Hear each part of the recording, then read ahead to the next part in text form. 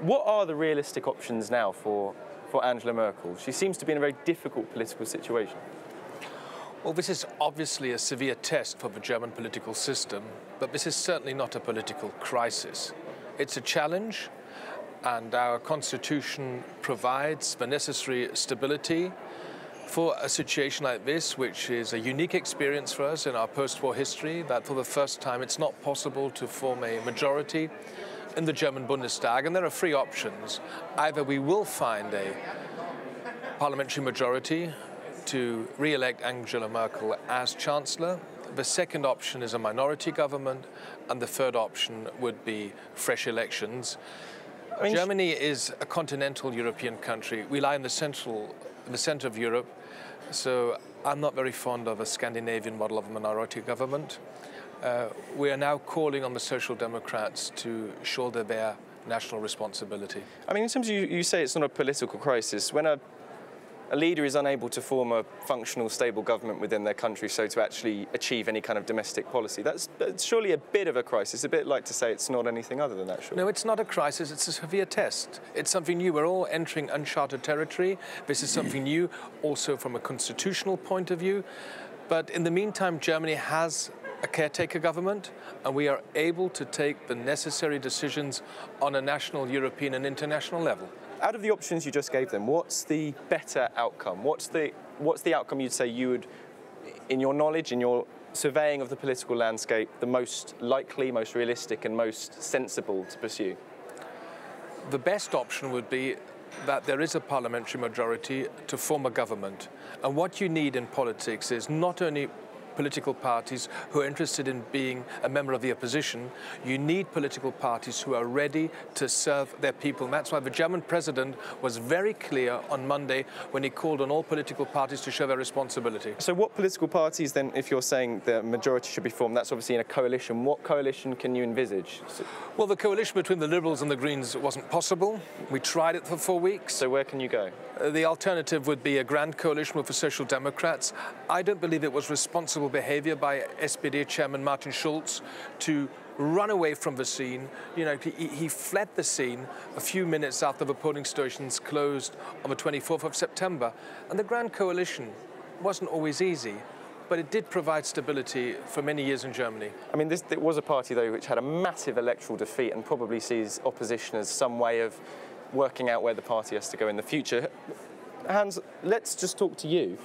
In terms of where you see it going, obviously you're to some extent an outsider looking in because you're not part of the CDU Conservative bloc, but where do you see the options for Merkel? Where's the most likely, most sort of preferable outcome for her? Well, first of all, I'd like to make sure that they understand, the viewers, that I do agree with Mr. McAllister.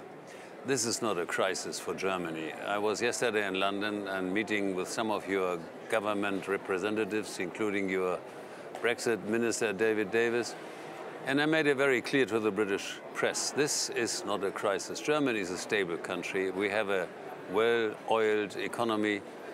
The stock exchange has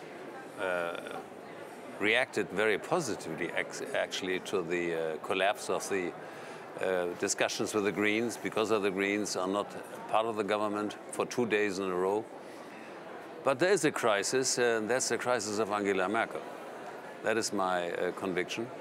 When you say a crisis event, that means her personally, yes, as Chancellor? Yes, absolutely, because, I mean, let's face it, she has brought the worst result for her party since 1947 or 49, I guess.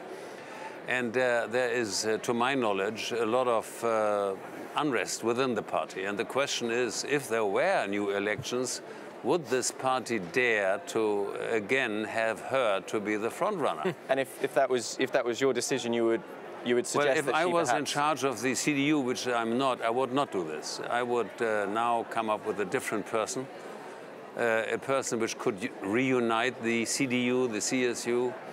And I would, in fact, favor new elections for a very simple reason. One could, of course, say, well, what happens if we get the same results?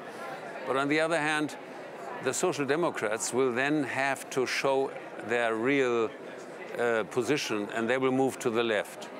And the CDU can then show that they have different ideas to the problem of, for instance, integration and immigration.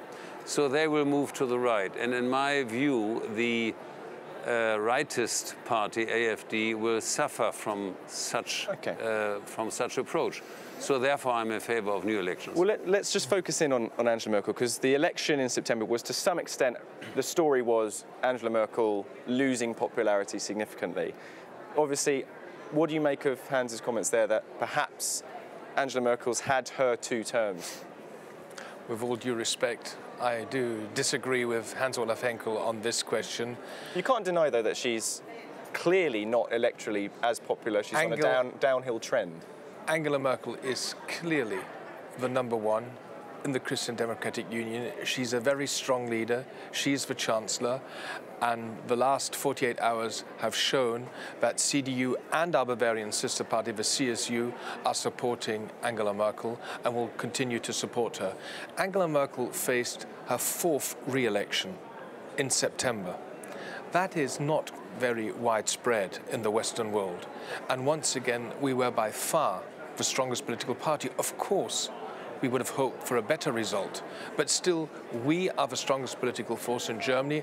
And unlike other political parties, the Christian Democrats, under the leadership of Angela Merkel, are ready to form a government once again. OK, well, obviously, for a UK perspective, looking in, we did call it a political crisis. It was mainly spread across the UK press as a political crisis. And the element that always came out of it was, what is the impact on Brexit? Is Germany going to suddenly become far less vocal and far less involved in the Brexit negotiations than what they have done before? So, Hans, let's start with you. Let's look at the sort of the business angle as a former president of the BDI, which is the equivalent of the CBI in the UK. In terms of Angela Merkel listening to businesses being far more perceptive to getting a decent, stable trade deal done with the UK, is it more likely now that she hasn't got that political capital back home? Well, first of all, I haven't met one business person in Germany who is in favor of Brexit, not one. And the BDI has still 150,000 members, and I know that is the sentiment there. In my view, politicians in Germany and elsewhere in Europe, especially in Brussels, are just focusing on how to make a deal with the British to get them out. And I think there's an alternative to it, because this is a clear lose-lose situation. The British lose. I mean, look, the pound is collapsing. The German car exports to the UK dropped by 20%. They have high inflation. But in terms of the German Chancellor being involved, pushing an agenda in the Brexit negotiations, is that going to change now? I'm afraid not. That's why we announced a new initiative last Monday in Berlin, and I presented this also to London yesterday. We announced a new initiative aimed at Brussels, not at London, and asking Brussels to come up with another deal for Britain, helping the Remainers in Britain to perhaps influence the UK government to reverse that decision. And there are good reasons for reversing the decision, because the main point during the Brexit debate in Britain was immigration. And almost all governments in Europe have changed their position today to the one which David Cameron had at that time. OK. David, Angela Merkel, at least in the UK press, it's seen as she hasn't got the domestic political capital, therefore she's going to look inwards now, focus on her own political party and her own coalition, and therefore the European Union reforms, Brexit negotiations are just going to become totally second, on the shelf. And the Germans are going to become a far, less prominent voice in terms of steering Brexit. Do you agree with that? No, I don't agree. And Angela Merkel is still Chancellor of the caretaker government, and despite some political differences between the CDU, CSU and the SPD, we have a lot of common ground when it comes to Europe. We also have common ground when it comes to the question of Brexit. I agree with Hans-Olaf Henkel. You'll find it very hard to find any German who's welcoming Brexit. Brexit is an awful mistake. It's an historic mistake, but we have to face reality. Obviously, the United Kingdom wants to leave our family of nations, so we have to make the best out of this situation. I also agree with Hans-Olaf Henkel. This is a lose-lose situation. There's nothing good in Brexit at all, but let's try and get this divorce, which we didn't ask for, done in an orderly manner. But the EU and Merkel's going to be able to stay focused on achieving that in terms of the German interest, whilst also trying to form a government. The European Union is negotiating the British withdrawal as a bloc of 27. And the unity of the 27 is important. I think Michel Barnier is doing an excellent job dealing with David Davis, the details.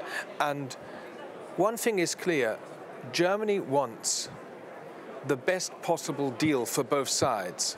But one thing is also clear, a country which leaves the European Union, the single market, can't be in the same position or even better off than a member state. That's obvious. So we are very interested in having a good trade relation with the UK, but we won't be ready to undermine the fundamental principles of the single market.